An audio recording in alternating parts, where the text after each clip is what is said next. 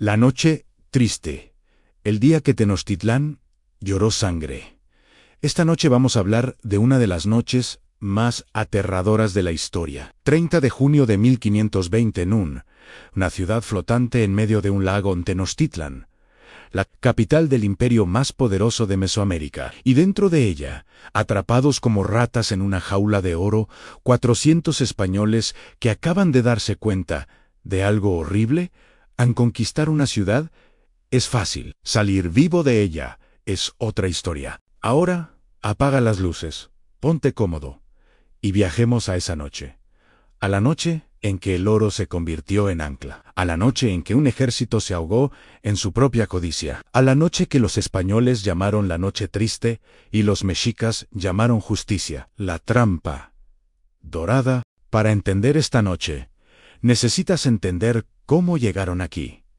Hernán Cortés no era un idiota, era ambicioso, despiadado y brillante. En 1519 llegó a las costas de México con 600 hombres, 16 caballos y un plan a conquistar un imperio del que había oído rumores. Un imperio de oro.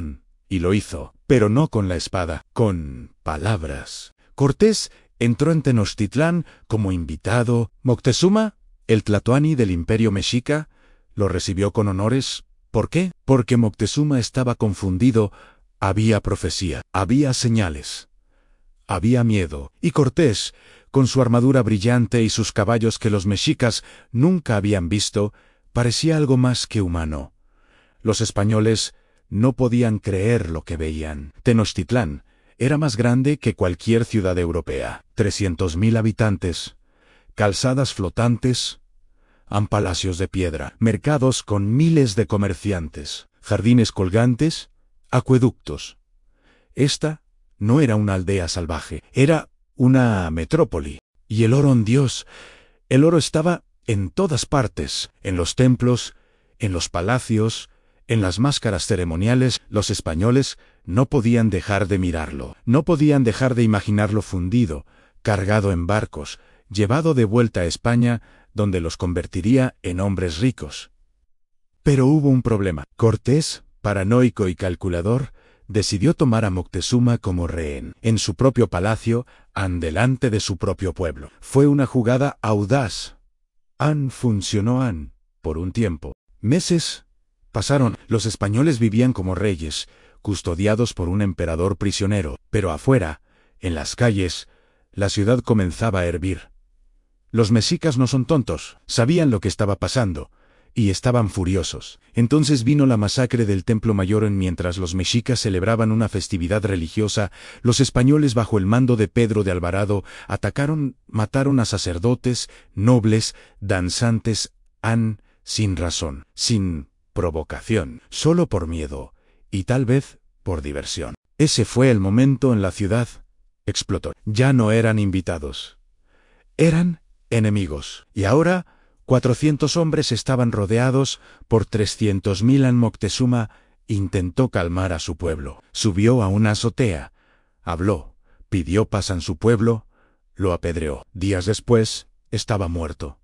La única carta de negociación de Cortés, perdida. Bienvenidos a Tenochtitlán, donde el oro brilla, pero las calzadas son estrechas, los canales profundos, y los puentes se pueden destruir con un solo hacha. Medianoche, la decisión. Cortés sabía la verdad. Si se quedaban, morirían. Lentamente, dolorosamente, sacrificados en la cima del Templo Mayor, mientras la ciudad miraba y celebraba. Así que planeó una fuga, no una retirada gloriosa. Una fuga desesperada. De noche, en silencio bajo la lluvia. La fecha 30 de junio de 1520, medianoche. El plan, cruzar las 3 calzadas que conectaban la isla-ciudad con tierra firme, unos 8 kilómetros de puentes y agua. Si llegaban al otro lado, podrían escapar hacia Tlaxcala, el único aliado indígena que les quedaba. Pero había un problema. Bueno, varios. Primero, los puentes. Los mexicas ya habían destruido secciones de las calzadas. Los españoles necesitaban una solución. Construyeron un puente portátil de madera, una sola viga improvisada, para cruzar los huecos. Tenía que funcionar 3 veces, o morirían. An segundo, el oro. El oro. Cortés dijo a sus hombres: tomen solo lo que puedan llevar. El que toma demasiado, muere con él. ¿Escucharon? ¡No! Claro que no. Soldados cargaron sus armaduras con lingotes, llenaron bolsas, se ataron cadenas al pecho. Algunos llevaban tanto oro que apenas podían caminar. Pero no importaba, ¿verdad? Solo tenían que cruzar unos puentes. El tercer problema, 300.000 mexicas que querían verlos muertos. A medianoche, bajo una lluvia fría, los españoles comenzaron a moverse. En silencio, en Cortés al frente, los soldados detrás los caballos nerviosos, los aliados tlaxcaltecas asustados, las mujeres, incluyendo a la Malinche, la traductora indígena de Cortés, caminando en la oscuridad. Todo estaba en silencio. Solo el sonido de la lluvia, el chapoteo del agua, el crujido de la madera bajo pies pesados. Y entonces alguien gritó, el grito que cambió todo. Una mujer mexica, sacando agua del canal, vio las sombras moviéndose en gritón, y el grito se convirtió en alarma. Los tambores comenzaron, no unos cientos, el sonido de los teponaztli, tambores de guerra, resonando en la noche como latidos de un corazón gigante. Luego, las caracolas, los gritos, las antorchas encendiéndose por toda la ciudad. Los mexicas sabían. Y venían. Los españoles corrieron. Ya no importaba el silsigio. Corrieron hacia la calzada, tropezando, empujándose, gritando. El puente portátil fue colocado sobre el primer hueco. Funcionó. Los primeros hombres cruzaron. Pero el puente era pesado, y cuando intentaron levantarlo para moverlo al siguiente hueco, estaba atascado. Clavado en el lodo, no se movía. Detrás de ellos, miles de canoas emergieron de la oscuridad. Guerreros mexicas, con maquiojatl, espadas de obsidiana, que podían decapitar un caballo, lanzas y arcos. No venían a negociar. Los españoles en la retaguardia fueron los primeros en morir. Rodeados, superados, cortados. Los gritos comenzaron a mezclarse con el sonido del agua y el metal. Y entonces comenzó el caos real. El oro que mata aquí es donde la codicia se convierte en sentencia de muerte. Los soldados cargados de oro no podían correr, no podían nadar, apenas podían moverse. Cuando cayeron en el agua, se hundieron como piedras. Imagina esto. Estás en una calzada estrecha, apenas 3 metros de ancho. A tu izquierda, agua, a tu derecha, agua. Detrás de ti, miles de guerreros. Delante de ti, un puente roto. ¿Llevas 20 kilos de oro en tu armadura? ¿Qué haces? Algunos tiraron el oro demasiado tarde. Algunos intentaron nadar con él, se ahogaron. Algunos se quedaron parados, congelados, por el miedo, hasta que una macana les partió el cráneo. Los canales se llenaron de cuerpos, españoles, caballos, tlaxcaltecas, todos mezclados en el agua negra. Los que venían atrás caminaban sobre los muertos, usaban los cadáveres como puente.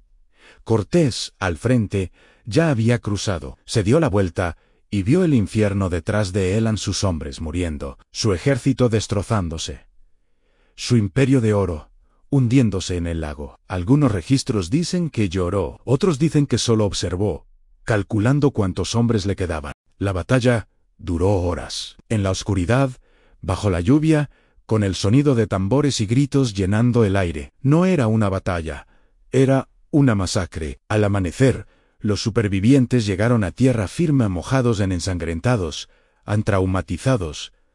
Cortés se sentó bajo un arbolán. Un viejo ahuehuete miró a sus hombres. Contó de 600 soldados españoles que habían entrado a Tenochtitlan meses atrás. Quedaban menos de 400 esa noche. Perdieron más de 600 hombres entre españoles y aliados. Cientos de tlaxcaltecas muertos. Todos los caballos perdidos. Todo el oro hundido. Ese árbol, siglos después, sería conocido como el árbol de la noche triste. El lugar donde un conquistador lloró. Pero la historia no termina ahí. Los que quedaron atrás, hablemos de los que no escaparon a los capturados. Los mexicas no mataban a sus prisioneros inmediatamente. Los llevaban al templo mayor. Allí, en la cima de la pirámide, los sacerdotes realizaban sacrificios a Huitzilopochtli, el dios de la guerra. Los españoles capturados esa noche fueron sacrificados, sus corazones arrancados, sus cuerpos arrojados por las escaleras, sus cabezas exhibidas en el Zompantli, el muro de cráneos. Para los mexicas, esto no era crueldad, era justicia, era religión, era devolver el equilibrio al cosmos que estos invasores habían roto. Para los españoles que escaparon, estas imágenes los perseguirían. Sabían que pudieron haber sido ellos. Sabían que la única diferencia entre estar vivo y estar muerto en una pirámide era suerte, velocidad y tal vez dejar ir el oro a tiempo. Un año después, la venganza. Cortés no aceptó la derrota. No podían, su reputación dependía de ello, su vida dependía de ello. Si regresaba a Cuba derrotado, sería ejecutado por desobediencia. Así que reagrupó, convenció a más aliados indígenas, los tlaxcaltecas, los totonacas, pueblos que odiaban a los mexicas. Les prometió libertad del tributo mexica. Les prometió venganza, y trajo algo más, algo invisible, algo que los mexicas no podían combatir con macojuch ni con guerreros. La viruela. La viruela, la enfermedad, llegó con los españoles, y arrasó Tenochtitlan, mató a miles, debilitó a los guerreros, infectó a los líderes. Cuitláhuac, el sucesor de Moctezuma, murió de viruela en meses.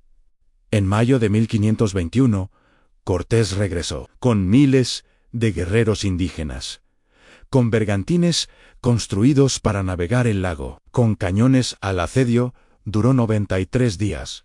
Los mexicas resistieron, sin comida, sin agua limpia, sin esperanza.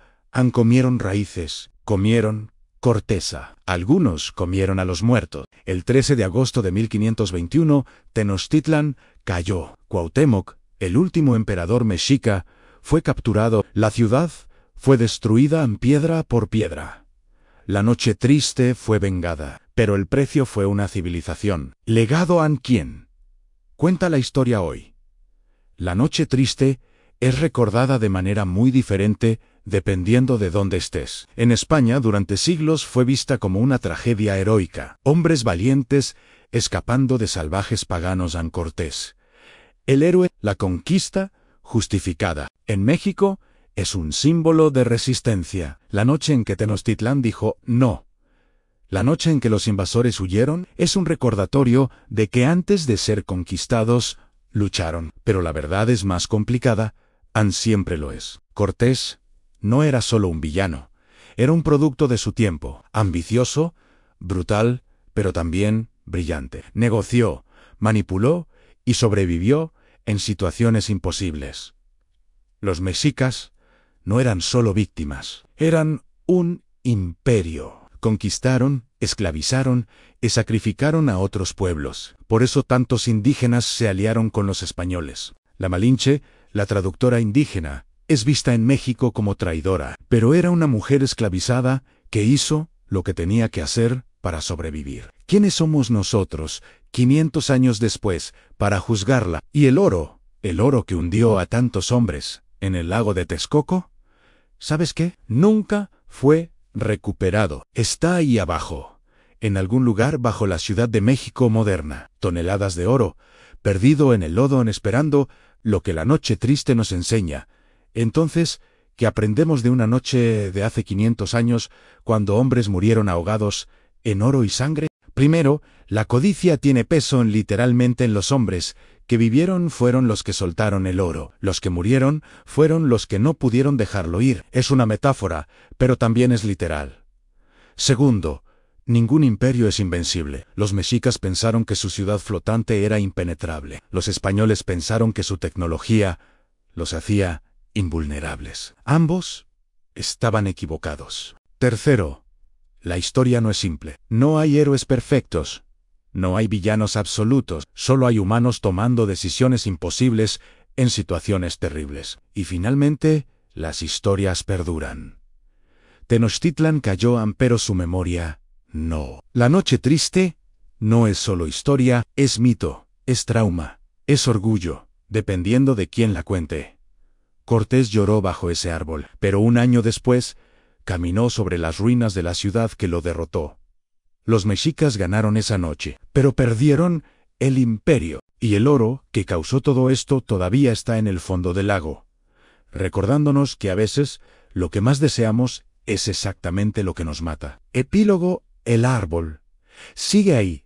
Si alguna vez vas a la Ciudad de México, puedes visitar el lugar donde supuestamente estuvo el árbol de la noche triste. Ya no es el árbol original.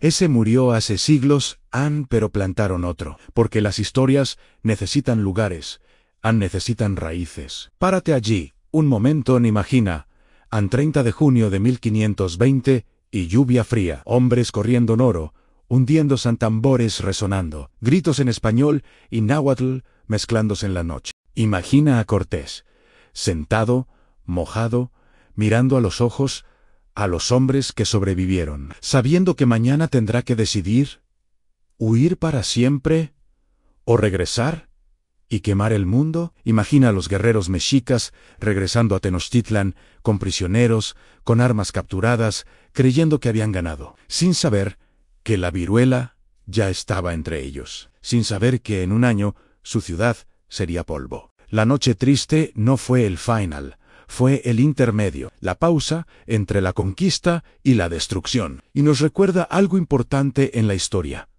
Nadie gana para siempre. Todo imperio cae, todo conquistador, mueran todo oro, se hunde. Pero las historias permanecen. Los tambores dejaron de sonar hace 500 años. Pero si escuchas con atención, en las calles de Ciudad de México, puedes oírlos todavía. A la noche fue triste. Pero la historia está viva, y eso, de alguna manera, es lo que importa.